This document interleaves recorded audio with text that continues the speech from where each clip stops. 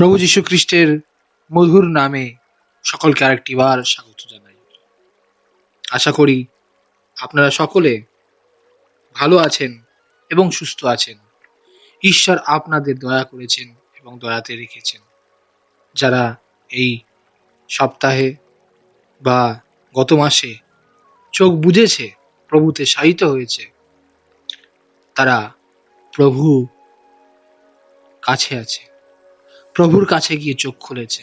এখানে চোখ বন্ধ করা মানে প্রভুর কাছে চোখ খোলা, এটা সত্যি আনন্দের বিষয়। কিন্তু যেহেতু আমরা মানুষ, যারা কষ্টে আছি এখানে, এবং আমরা কষ্টটাকে বেশি অনুভব করি, তাই আমাদের যে সাথী বা বন্ধু বান্ধব বা মা বাবা যারা চলে গেছে, হারিয়ে ফেলেছি, তাদের প্রতি আমার সমবেদনা। কিন্তু তার সাথে এটাও বলবো যে আমরা যেহেতু দুঃখ করে থাকি, কেন দুঃখ করে থাকি? কারণ যেহেতু এতদিন আমরা একসাথে কাটিয়েছি,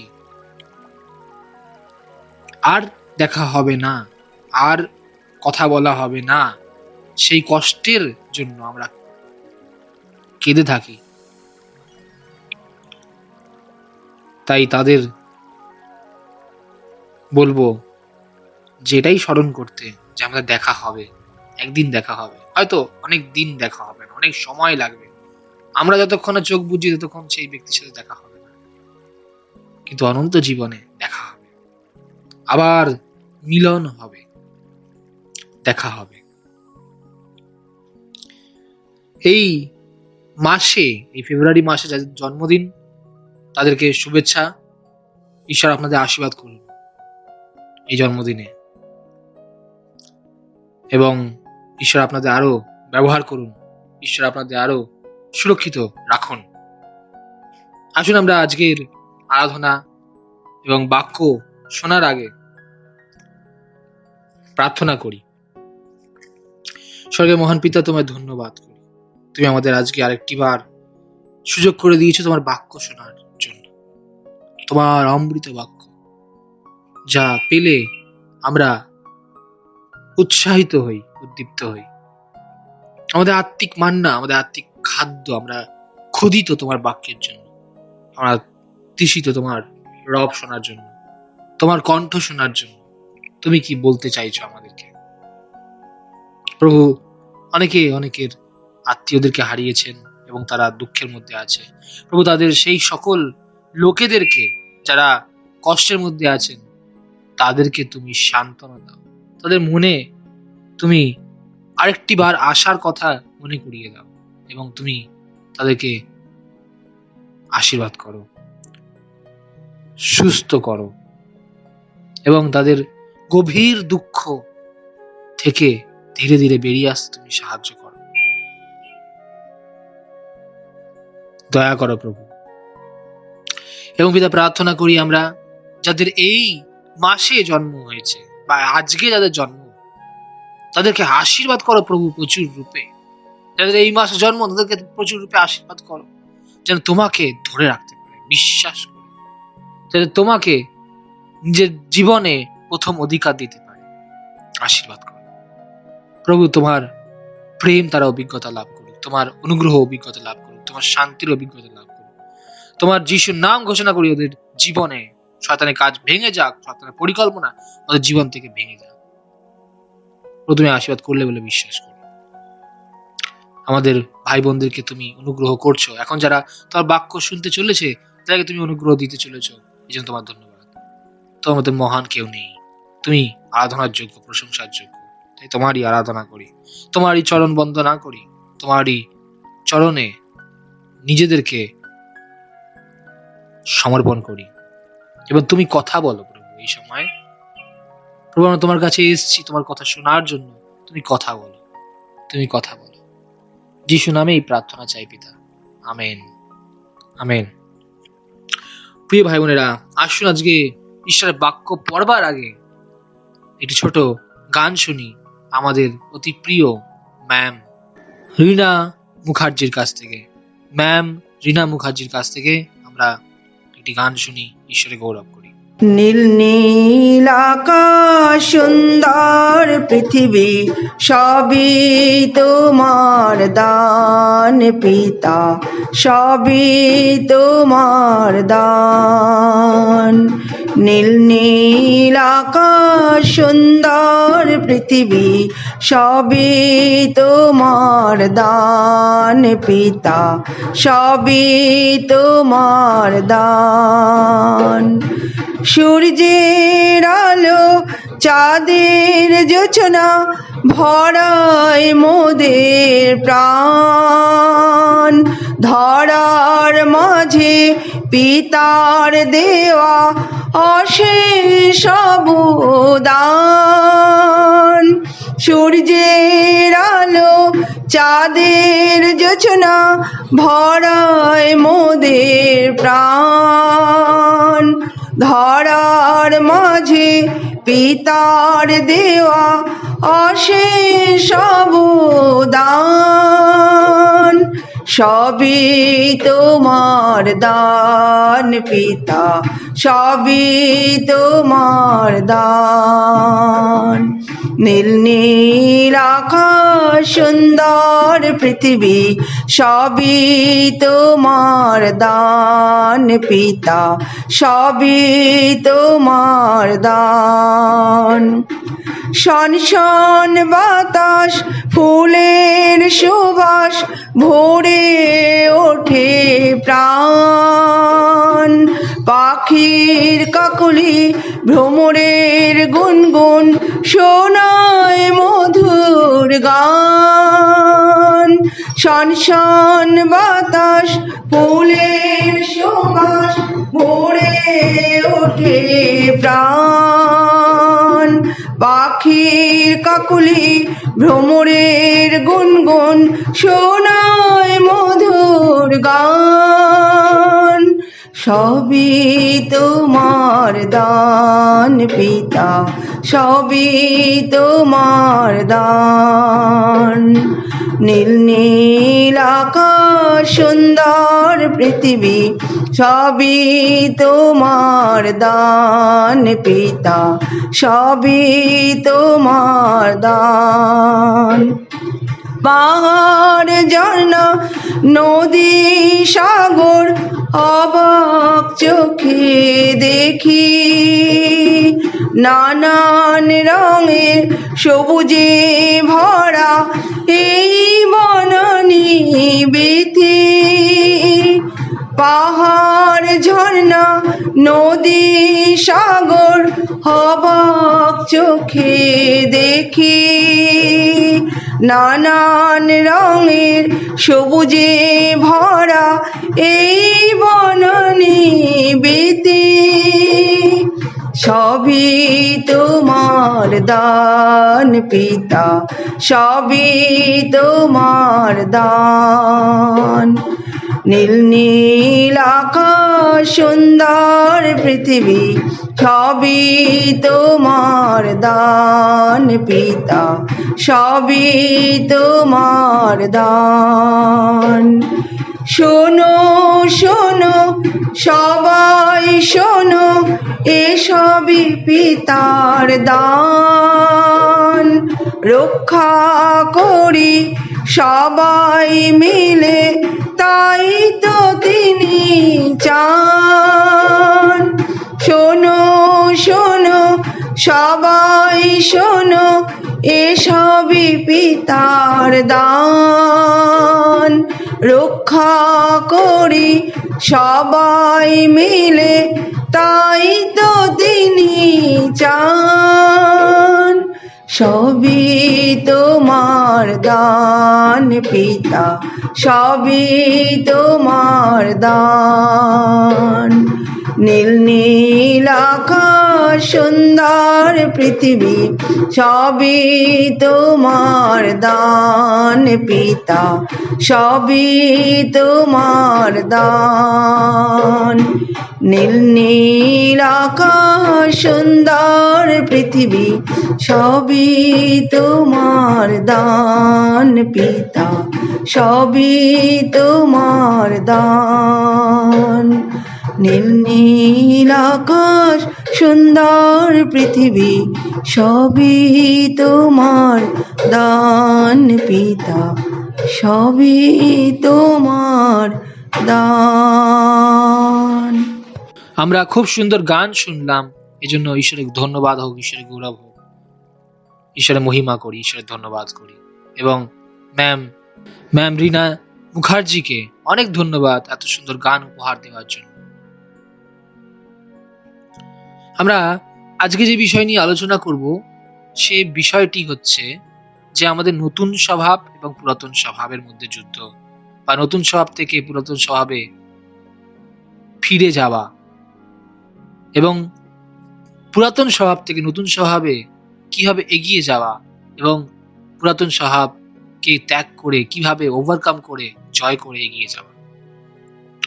বহু বিশ্বাসী ভাই বোনদের জীবনে তারা আমাকে প্রশ্ন করে এবং বারবার বলে তাদের বিষয়টা একই বিষয় থাকে ঘুরে ফিরে, হয়তো প্রশ্নগুলো অন্যরকম থাকে, কিন্তু তার উত্তর হচ্ছে এটা, এই নতুন স্বভাব এবং পুরাতন স্বভাবের পিছনে যাওয়া আসা। তাদের প্রশ্নটা অনেক সময় হয়ে যায় এরকম, তারা বুঝতে পারে না, কিন্তু তাদের প্রশ্নটা হয়ে যায়, তাহলে আমি যখন পাপ করছি, বারবার পাপ করছি বা বারবার ভুল করছি, তাহলে কি আমি শয়তানের মধ্যে চলে গেছি? ঈশ্বরকে আমায় ছেড়ে দিয়েছেন? ঈশ্বরকে আমায় ত্যাগ করেছেন? আমি কি ঈশ্বরের মধ্যে আদৌ আছি নাকি নেই? তারা বুঝতে পারে না। যারা নতুন যিশুকে জানছেন তাদের জন্য বিশেষ করে আজকের এই বাক্য। এবং হয়তো বহু লোক যারা অনেক বছর ধরেই প্রভুকে জেনেছেন, কিন্তু তাদের মনেও এটা প্রশ্ন আছে, যখন আমি পাপ করি বা আমি যখন অন্যায় করি বা ভুল করে করি, বা কখনো হয়তো জেনে শুনেই করে দিলাম, কিছু করার নেই, ঘুষ খেতেই হবে বা ঘুষ দিতেই হবে, কিছু করার নেই। বা এমন কিছু হয় চাকরির ক্ষেত্রে এমন কিছু কাজ করতে হয়, বা এমন কিছু করতে হলো যেখানে যেটা করা উচিত নয় সেটাই করতে হলো পরিবার বা সমাজের চাপে বা কোনো কিছুর জন্য। তাহলে কি হবে? তাহলে কি আমি শয়তানের মধ্যে চলে যাচ্ছি? আজ তাদেরকেই সেই উত্তর দেওয়ার জন্য আজকের এই বিশেষ ঈশ্বরের বাক্য নিয়ে এসেছি। ঈশ্বরের বাক্য আমরা পড়ব রোমিও 13 অধ্যায় 11 থেকে 14। আর এইরূপ করো, কারণ তোমরা এই কাল জ্ঞাত আছো, ফলত এখন তোমাদের নিদ্রা হইতে জাগিবার সময় হইল। কেননা যখন আমরা বিশ্বাস করিয়াছিলাম তখন অপেক্ষা এখন পরিত্রাণ আমাদের আরো সন্নিকট। রাত্রি প্রায় গেল, দিবস আগত প্রায়। অতএব আইসো আমরা অন্ধকারের ক্রিয়া সকল ত্যাগ করি এবং দীপ্তির রণসজ্জা পরিধান করি। আইসো রঙ্গরসে ও মত্ততায় নয়, লম্পটতা ও স্বেচ্ছাচারিতায় নয়, বিবাদে ও ঈর্ষায় নয়, কিন্তু দিবসের উপযুক্ত সৃষ্ট ভাবে চলি। কিন্তু তোমরা প্রভু যীশু খ্রিস্টকে পরিধান করো, অভিলাষ পূর্ণ করিবার জন্য নিজের মাংসের নিমিত্ত চিন্তা করিও না। ঈশ্বর তার কথিত বাক্যে আশীর্বাদ করুন। হ্যাঁ প্রিয় ভাই বোনেরা, আমরা যে কথা বলছি পুরাতন স্বভাব এবং নতুন স্বভাব। নতুন স্বভাব কি? আমাদের নতুন জন্মের পরে যে নতুন সত্তাকে আমরা পাই, নতুন মানুষকে আমরা পাই, প্রভু যিশুকে আমরা পাই এবং প্রভু যিশুকে আমরা ধারণ করি এবং সেই মতন আমরা চলার চেষ্টা করি। কিন্তু সেটা কিভাবে হয়? সেটা জামা কাপড় পরার মতো। যেমন প্রভু যিশু বলেছেন, কেউ নতুন কাপড়ের মধ্যে পুরনো কাপড় লাগায় না বা সেলাই করে সেখানে দেয় না, বা পুরনো কাপড়ের মধ্যে নতুন কাপড় লাগায় না, পুরনো ব্যাগের মধ্যে, ওটা আঙুরের রসের ব্যাগের কথা বলেছেন, সেই ব্যাগের মধ্যে নতুন ব্যাগের মধ্যে পুরনো লাগায় না। কেননা তাহলে কি হবে? নতুন ব্যাগের মধ্যে যদি পুরনো কাপড় লাগানো হয় তাহলে ওটা সেটা ফেটে যাবে। আবার নতুন কাপড়ের মধ্যে, নতুন যে কাপড় আছে তার মধ্যে পুরনো কাপড় লাগায় না কেন? তাহলে সেটাও ফেটে যাবে, কারণ চামড়ার যে ব্যাগগুলো ছিল সেটাতে আঙুরের রস রাখা হতো, তাহলে সেটা ফেটে যাবে। যাই হোক, এবং তার সাথে আরেকটা বিষয় ছিল যে আঙুরের রস ওরকম মানে খারাপ হয়ে যাবে সেই ক্ষেত্রে। ওখানে প্রভু যিশু শেখাতে চেয়েছিলেন সদ্দুকিস এবং ফারিসিসদের যেটা তারা করছিল, যেটা তারা শেখাচ্ছিল সেটা ঠিক, কিন্তু নতুনদের জন্য নতুন ভাবে শেখাতে হবে। পুরাতনদের জন্য ধীরে ধীরে তারা যদি আরো ভালোভাবে ঈশ্বরের বাক্য পালন করতে চায় তাহলে সেটা করতে পারে। কিন্তু নতুন যারা আছে, নতুন যারা ঈশ্বরের বাক্য শিখছে বা জানছে, তাদের হয়তো নতুন জন্ম এখনো হয়নি, তাকে আমি চাপিয়ে দিলাম হাজারখানা আজ্ঞা আদেশ, এইটা করো সেটা করো ওটা করতে হবে। ঈশ্বরের বাক্য বলছে দশমাংশ দিতে হবে, ঈশ্বরের বাক্য বলছে দান দিতে হবে, ঈশ্বরের বাক্য বলছে এইটা করতে হবে, লোকদের সেবা করতে হবে। আগে মানুষটা সেবা পাক, আগে মানুষটা খ্রিস্টের সেবা পাক, আগে মানুষটা পবিত্র আত্মার পরিচর্যা পাক, সে প্রেমের অভিজ্ঞতা লাভ করুক, তবে না হয় সে সেবা করতে পারবে। যদি সে নাই পায় তাহলে কিভাবে করবে?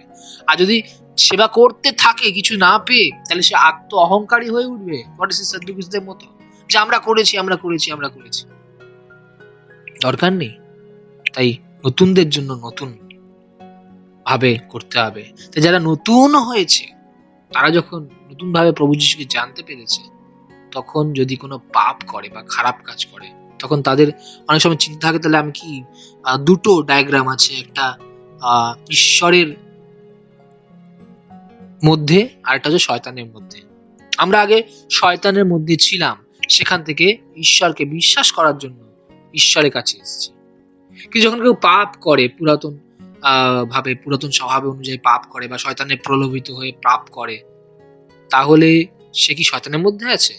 একদম না প্রিয় ভাই বোনেরা। শয়তান এটা মিথ্যা কথা বলে যে হ্যাঁ তুমি আমার মধ্যে চলে এসেছো, তুমি তো পাপ করছো, ঈশ্বর তোমাকে আর গ্রহণ করবে না।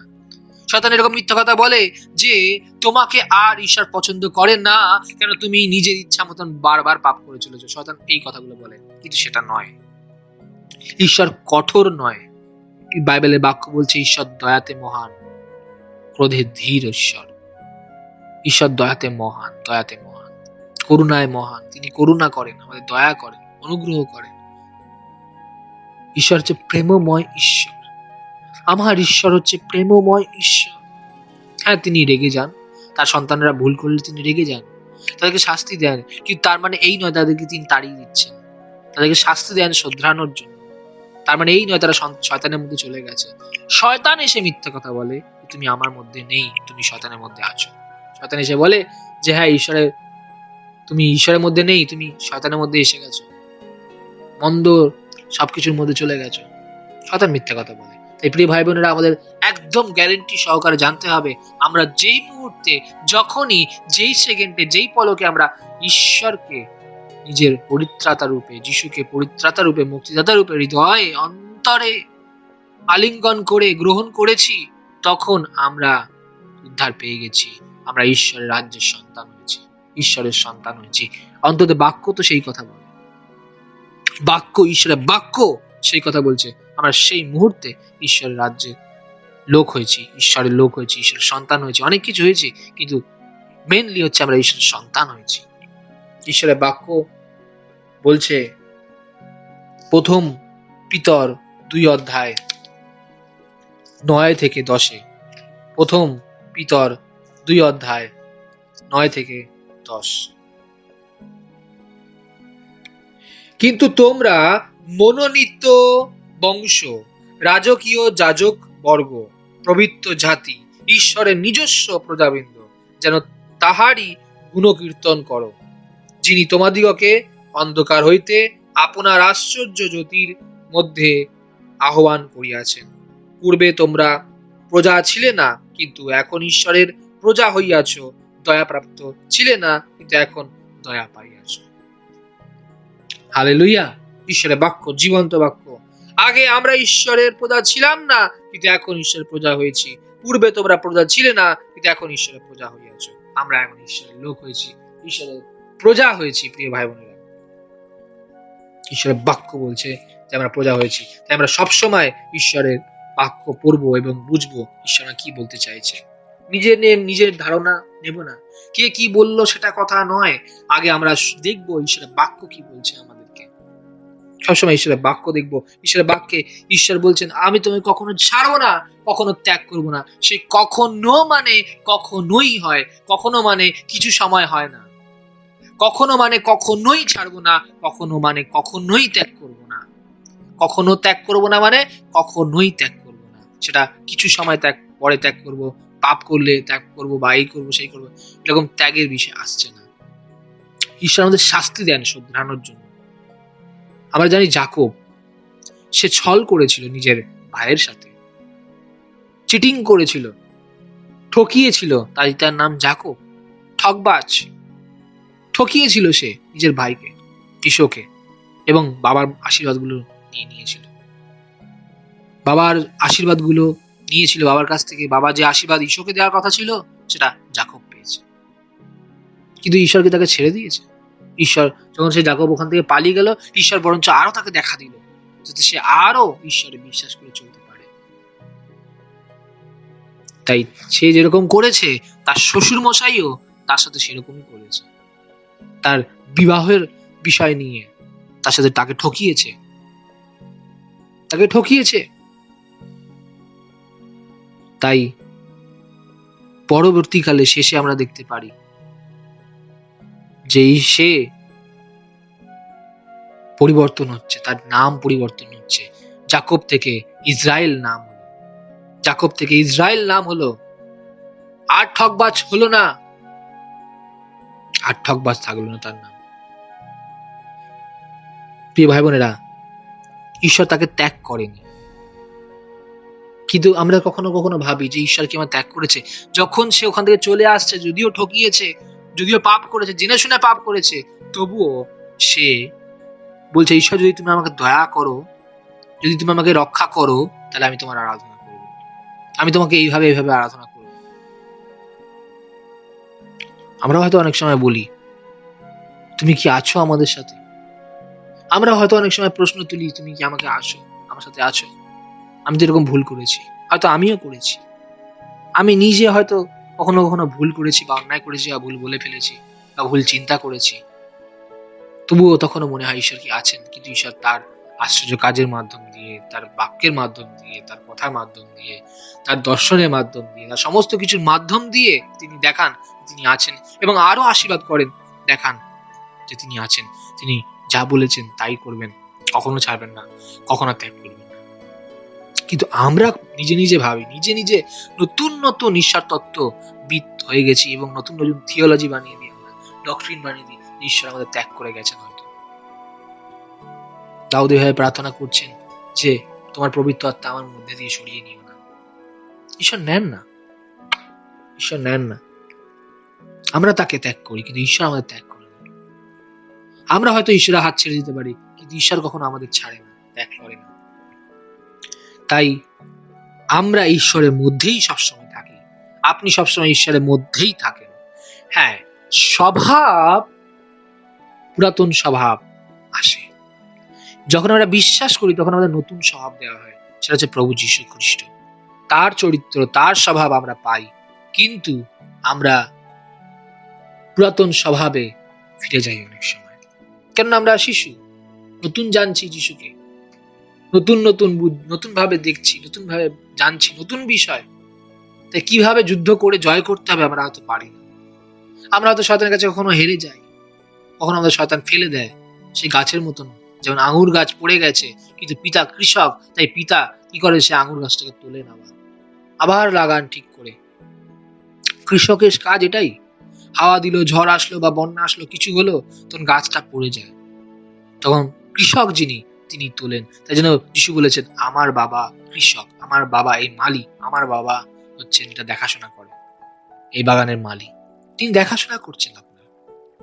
ফল কি হবে সেটা পরের কথা, আগে যত্ন করা হোক, আপনাকে তিনি যত্ন আগে করুক। তিনি আপনাকে যত্ন করছেন। পাপের ফল হলো, টক ফল হলো, সেগুলো আগেই বলেছি যে এটা গুরুত্বপূর্ণ নয়। এখন কি পাপ হলো বা কি ভুল করলেন, সেটা ঈশ্বর এভাবে বিচার করে না। ঈশ্বর আগে শেখায়, ঈশ্বর আগে ভালোবাসা দেখান এবং শেখান যাতে তার চরিত্র পান, তার নতুন স্বভাবটা পান, পেয়ে পেয়ে পেয়ে পেয়ে বৃদ্ধি পেয়ে তবে আপনি না হয় প্রতিফলিত হবে ঈশ্বরের চরিত্রে। কিন্তু যদি আমরা পাপ করি বা অন্যায় করি, তবুও আমাদের জানতে হবে যে আমরা ঈশ্বরের বাক্য থেকে শিখছি, ঈশ্বরের কাছ থেকে শিখছি, ঈশ্বরের প্রভুতার থেকে শিখছি। তাই আমরা ঈশ্বরের মধ্যে আছি। আমাদের পুরাতন স্বভাব আসছে, আবার আসছে, বারবার আসছে, হাজারবার আসবে, সত্যি আসবে। কেননা আমরা যতক্ষণ না সম্পূর্ণভাবে পরিত্রাণ পাচ্ছি, ততক্ষণ আমরা সম্পূর্ণভাবে পাপকে দূর করতে পারবো না। কিন্তু আমরা পবিত্র তার দিকে যাচ্ছি। হয়তো আমরা 10 ধাপ এগিয়ে গেছি, কিন্তু ধাপ করে আবার পড়ে গেলাম। আবার হয়তো 11 ধাপ পিছিয়ে গেলাম, কিন্তু আবার ঈশ্বর আমাদের সাহায্য করেন এগিয়ে যেতে। ঈশ্বর আপনাকে আজকে সাহায্য করতে চান, কিন্তু আপনাকে মনে রাখতে হবে আপনি শয়তানের মধ্যে যাচ্ছেন না, কিন্তু যেহেতু পুরাতন স্বভাব আছে আপনার সাথে, এই পুরাতন স্বভাবেরটা বেরিয়ে আসছে বারবার, পুরাতন স্বভাবটা বেরিয়ে আসছে। আমরা আর একটি ঈশ্বরের বাক্য পড়ি, ইফিসীয় 4 অধ্যায় 22 থেকে 24। ইফিসীয়দের প্রতি পত্র 4 অধ্যায় 22 থেকে 24।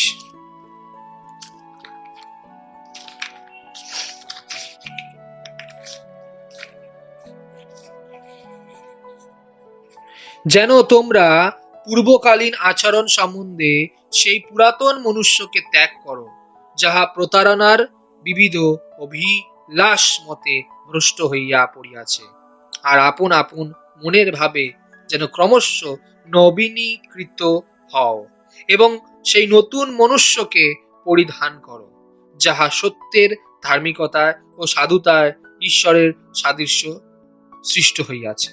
আপনি ভাই বোনেরা, ঈশ্বর আপনাকে নিজের প্রতিমূর্তিতে বানিয়েছেন, নিজের মতন করে বানিয়েছেন এবং নতুন স্বভাব দিয়েছেন। যখন আপনি প্রভুকে বিশ্বাস করেছেন, তখন বাপ্তিস্ম নেওয়ার মতন প্রভুর সাথে আপনিও বাপ্তিস্ম এক হয়ে নতুন স্বভাব পাচ্ছেন, নতুন স্বভাবে এগিয়ে যাচ্ছেন। বাপ্তিস্ম হচ্ছে সেটারই প্রতীক যে আপনার পুরাতন সত্তা, পুরাতন স্বভাব চলে গেছে জলের মধ্যে এবং আপনি নতুন হয়ে বেরোলেন। প্রভু যিশুর নতুন সত্তা, ধার্মিকতার সত্তা, নতুন স্বভাব নিয়ে বেরিয়েছেন। এখানে কিন্তু বলেননি যে আপনি শয়তানের মধ্যে চলে গেছেন। যখন আপনি পাপ করছেন, তখন আপনি শয়তানের মধ্যে চলে গেছেন। এখানে পরিষ্কার বলেছে যে আমাদের সেরকম হয়, মানুষদের পুরাতন স্বভাব আসে এবং আমাদের কি করেছে বলছে 23 পদে, আর আপন আপন মনের ভাব যেন ক্রমশ নবীনীকৃত হয়। ক্রমশ একেবারে বলেছে কি আমরা পবিত্র হয়ে যাব না, ক্রমশ ধীরে ধীরে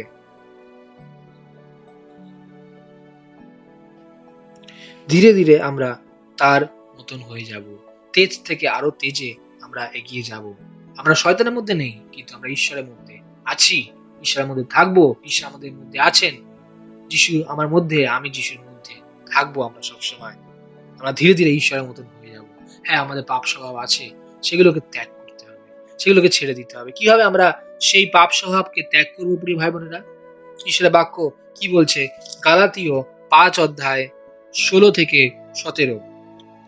কিন্তু আমি বলি, তোমরা আত্মার বশে চলো, তাহা হইলে মাংসের অভিলাষ পূর্ণ করিবে না। কেননা মাংস আত্মার বিরুদ্ধে এবং আত্মা মাংসের বিরুদ্ধে অভিলাষ করে, কারণ এই দুইয়ের একটি অন্যটির বিপরীত। তাহা তোমরা যাহা ইচ্ছা করো তা সাধন করো না। কিন্তু যদি আত্মা দ্বারা চালিত হও, তবে তোমরা অবস্থার অধীন নও। আমেন। ঈশ্বরের বাক্য বলছে যে আমাদের আত্মা দ্বারা পরিচালিত হওয়ার জন্য। যখন পাপের ইচ্ছা আসে, কামনার ইচ্ছা আসে, ব্যভিচারের ইচ্ছা আসে, চিন্তা আসে চুরি করার, ঈর্ষা করার ইচ্ছা আসে, বা ঝগড়া করার ইচ্ছা আসে আমাদের মনের মধ্যে, বা ক্ষমা না করার ইচ্ছা আসে, ঘৃণার ইচ্ছা আসে, এই সমস্ত নিজের ইচ্ছা আসে, নিজের মেটেরিয়ালিস্টিক হওয়ার ইচ্ছা আসে, phone, mobile, laptop, TV, movie দেখবো, থিয়েটারে যাব, পিৎজা খাবো, বার্গারে খাবো, এবং শুধু পিৎজা বার্গার নয়, ভালো ভালো জায়গা থেকে, সিসিডি থেকে খাবো, বা দামি দামি জায়গা থেকে খাবো। আপনার মাইনে হয়তো অল্প, তবুও সেখান ছেড়ে নিজের মাইনের অতিরিক্ত গিয়ে যেগুলো দরকার নেই সেগুলো কিনে, সেগুলো অপ্রয়োজনীয় জিনিস কিনে আপনি খরচা করছেন বা যা কিছু করছেন, বা যেগুলো দরকারই নেই, যেটা হলেই যথেষ্ট, সেগুলো থেকেও বেশি বেশি করছেন, বেশি চাহিদা, বেশি সমস্ত কিছু, সেগুলো পুরাতন স্বভাবের মধ্যে আসছে। তাই পুরাতন স্বভাবকে আমরা ক্রুশের চরণে রাখবো, যে প্রভু আমার ইচ্ছা নয়, তোমার ইচ্ছা পূর্ণ হোক। তোমার পবিত্র আত্মা দ্বারা আমাকে পরিচালনা করো, আমি কি করব, আমি কিভাবে চলবো, আমি কিভাবে এগোবো, আমি কিভাবে এগোবো, এটা কি করা উচিত, এটা কি তোমাকে গৌরব করবে, এটা কি তোমার ইচ্ছা, এটা আমরা জিজ্ঞেস করে কাজটা করব। তাই পবিত্র আত্মা দ্বারা পরিচালিত হব, 1 নম্বর। এবং দ্বিতীয়, ঈশ্বরের বাক্য পড়বো আর একটা, যেখান থেকে আমরা জানতে পারবো যে এই অবস্থা থেকে আমরা কিভাবে বেরোবো। 6 অধ্যায় গালাতীয় 7-8, 7-10। গালাতীয় 6 অধ্যায় 7-10। তোমরা ভ্রান্ত হইও না, ঈশ্বরকে পরিহাস করা যায় না। কেননা মনুষ্য যাহা কিছু বনে তাহাই কাটিবে। ফলত আপন মাংসের উদ্দেশ্যে যে বনে, সে মাংস হইতে ক্ষয় রূপ শস্য পাইবে, কিন্তু আত্মার উদ্দেশ্যে যে বনে, সে আত্মা হইতে অনন্ত জীবন রূপে শস্য পাইবে। 2:30 আমরা সৎকর্ম করিতে করিতে নিরুৎসাহ না হই, কেননা ক্লান্ত না হইলে যথাসময় শস্য পাইবে। এজন্য আইসো আমরা যেমন সুযোগ পাই তেমনি সকলের প্রতি বিশ্বস্ত, যাহারা বিশ্বাস পাটির পরিজন, তাহাদের প্রতি সৎকর্ম করি। আমেন। ঈশ্বরের বাক্য বলছে প্রিয় ভাই বোনেরা, যে যেমন বনে তেমন পাবে। আমরা যদি মাংসে বুনি তাহলে মাংসে পাবো, আর যদি আত্মায় বুনি তাহলে আত্মায় পাবো। তাই আসুন আমরা আত্মাতে বুনি, আত্মাতে বুনি, যেগুলো প্রভু চাইছেন সেগুলো আমরা করি। আমাদের নতুন স্বভাব যেভাবে ঈশ্বরের স্বভাব, সেই স্বভাব অনুযায়ী চলি। পুরাতন স্বভাব আসে, তাহলে পুরাতন স্বভাবকে কিভাবে ত্যাগ করবো? আমাদের বুনতে হবে।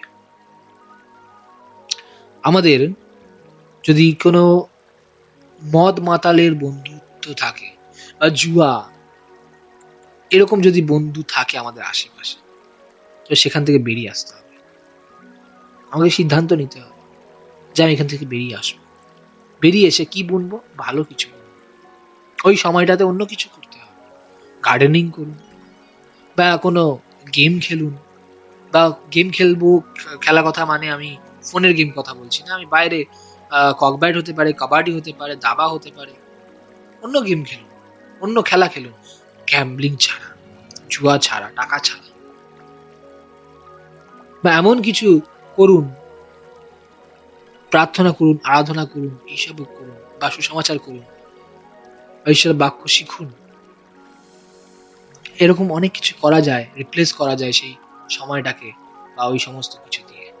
অনেক সময় অনেকে মদ খায়, এখন মদ ছাড়ার অনেক উপায় বেরিয়ে গেছে বাজারে, আমরা জানি, এবং ডাক্তারের কাছ থেকে প্রেসক্রাইব করা যা কিছু, সেগুলো খেলে খুব, যদি ভালো হয় তাহলে ভালো, খুব ভালো। কিন্তু সেগুলো করার পরেও আমার মদের বন্ধুগুলো যারা আছে তারা আমাকে ডাকছে, কিন্তু সেখানে গেলে চলবে না যে আমি ওখানে যাবো, 1 প্যাক খাবো বা 2 প্যাক খাবো, বা আমি খাবোই না। আমি ওখানে জাস্ট যাবো, ওদের কোম্পানি দেবো, আমি হয়তো একটুখানি কোল্ড ড্রিঙ্কস খাবো, এমনি কোনো জুস খাবো, কিন্তু সেখানে গিয়ে সেটাকে কন্ট্রোল করা যাবে? একদমই নয়। এখানে আমাদের লাইন টানতে হবে, সীমারেখা তৈরি করতে হবে যে না, আমি একদম যাবো না সেখানে। সেগুলো ত্যাগ করতে হবে। এবং কি করব? ত্যাগ করে কিন্তু কিছু করতে হবে। ত্যাগ করে কিছু ভালো কিছু করতে হবে ওই জায়গাতে। আত্মায় কিছু বুনতে হবে বা ভালো কিছু বুনতে হবে ওখানে ওই সময়। তাহলে আমরা সেই জায়গা থেকে বেরিয়ে আসতে পারবো। আমি শুধু এই 2টো উদাহরণ দিলাম, এরকম হাজারো উদাহরণ হতে পারে যেখান থেকে আমাদের বেরিয়ে আসতে হবে। বেরিয়ে এসে অন্য কিছু করতে হবে, বুনতে হবে অন্য কিছু। তাহলে সেগুলোর ফল পাবো আমরা পরে, ভালো কিছু। সেগুলো ভালো কিছু ফল পাবো। যেমন একজন ভালো রিডার ভালো লিডার হয়, যে ভালো বই পড়ে, বই পড়তে পড়তে পড়তে তার নিজের মধ্যে সেগুলো জ্ঞানগুলো নিচ্ছে, আত্মিক ভালো ভালো বই পড়ছে, বই পড়তে পড়তে তাহলে ভালো বাক্য নিচ্ছে, ভালো বাক্য পাচ্ছে, ঈশ্বরের বাক্য এবং ব্যাখ্যা সমস্ত কিছু পেয়ে তাহলে ভালোভাবে সেই মণ্ডলীকে বা তার এলাকাকে বা তার লোকেদেরকে নেতৃত্ব দিতে পারে। তাই কেননা সে ভালো কিছু বুনেছে, তার মধ্যে ভালো কিছু পড়েছে, ভালো কিছু শিখেছে। ভালো বন্ধুদের সাথে যখন সময় কাটায়, তাহলে ভালো বন্ধুরাও ভালো পরামর্শ দেয়, ভালো মতামত দেয়, খারাপ মতামত দেয় না। তাই আমাদের সঙ্গতি, আমাদের কি বই পড়ছি, কেন পড়ছি, কি উদ্দেশ্যে পড়ছি, কখন পড়ছি, কতটা পড়ছি, এটা আমাদের পক্ষে খুবই গুরুত্বপূর্ণ। কেন আমি সেটা বুনছি এবং সেটাই আমি কাটবো। তাই আমরা পুরানো স্বভাবের চরিত্রগুলোকে চরিত্রায়ন যদি বারবার করতে থাকি, ত্যাগ না করে, তাহলে পুরানো স্বভাব বারবার ফিরে আসবে। কিন্তু এগুলোকে সাইডে সরিয়ে রেখে, পাশে রেখে, যেগুলো থাকে এগুলো পুরাতন স্বভাব আসছে, কিন্তু তাহলে এগুলো থেকে বেরিয়ে আসবে কিভাবে? আমাকে নতুন কিছু করতে হবে, নতুন স্বভাবের কাজগুলো করতে হবে, তাহলেই ঈশ্বরের গৌরব হবে এবং আমি নতুন হয়ে উঠবো ধীরে ধীরে। আপনি এক্ষুনি নিজেকে বলুন যে আমি ঈশ্বরের সন্তান এবং আমি নতুন হয়েছি, কেননা ঈশ্বর আমাকে নতুন করেছে। Amen, amen. ঈশ্বর আপনাকে নতুন করেছেন প্রিয় ভাই বোনেরা। ঈশ্বর আপনাকে নতুন দেখতে চাইছেন এবং নতুন করছেন। এবং প্রতিদিন নিজেকে বলুন আমি নতুন সৃষ্টি হয়েছি, আমি পুরাতন স্বভাবে নই, আমি নতুন সৃষ্টি হয়েছি। ঈশ্বর আমাকে নতুন সৃষ্টি করেছেন। আজকে আমি নতুন হয়েছি, আজকে আমার পুরাতন স্বভাবগুলো চলে গেছে। যিশুর চরণতলে এইভাবে আপনি প্রার্থনা করুন এবং নতুন কিছু করতে থাকুন। সেটা গার্ডেনিং হতে পারে, সেটা হাউস ডেকোরেটিং হতে পারে, নতুন কিছু শেখা হতে পারে, নতুন লোকেদের সাথে মেলামেশা হতে পারে, নতুন বন্ধু তৈরি করা হতে পারে, মন্ডলীতে কম যেতাম সেখানে বেশি যাওয়া হতে পারে, বেশি প্রার্থনা হতে পারে, বেশি বাইবেল পাঠ হতে পারে, অন্যান্য আধ্যাত্মিক বাইবেল সংক্রান্ত যে বইগুলো সেগুলো পড়া হতে পারে। রিপ্লেস করা। আসলে আমরা রিপ্লেস করি এবং নতুন সত্তাকে, নতুন মানুষকে পরিধান করে এগিয়ে যেতে থাকি। যত আমরা আত্মিক দিকে যাব, আমি মানসিক বিষয়গুলো বললাম বিশেষ করে, কিন্তু যত আমরা আত্মিক দিকে যেতে চাই, তাহলে আরো আত্মিক বিষয়ে আমাদের কাজ করতে হবে, আরো প্রার্থনা করতে হবে, আত্মিক ভাবে, গভীর ভাবে। তাহলে আমরা আরো আত্মাতে বুনবো। আমরা যখন আমরা বুনবো, এখানে আত্মিক স্বভাবে বুনবো, আত্মিক ভাবে বুনবো, সাহায্য করাতে বুনবো, লোকেদেরকে সাহায্য করা, একটা লোককে, একটা বয়স্ক লোককে বা মহিলাকে যখন আমরা পার করে দিই রাস্তা, সেটাও একটা কিছু করা। হাজারটা লোক দেখে আপনার কাছ থেকে শিখবে, সেটাও কিছু করা, সেটাও কিছু করা। আসুন আমরা করি, সৎ কাজ করি। তাহলে আমরা নতুন স্বভাবকে, নতুন চরিত্রকে আরো উদ্দীপ্ত করি, আরো এগিয়ে যেতে সাহায্য করি, নিজেরাই সাহায্য করি। ঈশ্বর অবশ্যই করবেন। ঈশ্বর চাইছেন যে আমরা যেন এগিয়ে আসি, আমরা যেন ফার্স্ট স্টেপ নিই। ঈশ্বর হাজারটা স্টেপ নেবেন আপনার জন্য। আসলে আমরা প্রার্থনা করি, ঈশ্বর ধন্যবাদ করি। মঙ্গলবার ঈশ্বর তোমার ধন্যবাদ করি, সত্যি তুমি আমাদের নতুন স্বভাব দিতে চাও, নতুন চরিত্র দিতে চাও এবং তা দিয়েছো যখন আমরা বিশ্বাস করেছি। আমরা আর শয়তানের মধ্যে নেই, আমরা তোমার মধ্যে আছি। কিন্তু কখনো কখনো আমাদের পুরাতন স্বভাব আসে, আমরা সেটাকে ওভারকাম করতে চাই, জয় হতে চাই। তাই তুমি আমাদের নতুন স্বভাবকে আরো সাহস দাও, যেন আমরা এগিয়ে যেতে পারি এবং বুনতে পারি আত্মাতে সমস্ত কিছু, পবিত্র দ্বারা পরিচালিত হতে পারি।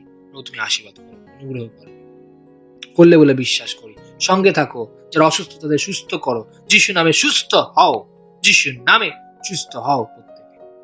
যিশু রক্তের জয় হোক, যিশু রক্তের জয় হোক, যিশু নামে শত কাজ ভেঙে যাক। আমাদের প্রত্যেকজন যারা শুনছে এবং তাদের পরিবারের লোকেরা যারা শুনছে, তারা সুস্থ হও। আশীর্বাদ করলে বলে বিশ্বাস করি। ধন্যবাদ দিই পিতা, যিশু নামে চাই এই প্রার্থনা। Amen, amen. প্রিয় ভাই বোনেরা, ঈশ্বর আপনাদের আশীর্বাদ করুন। মারানাথা।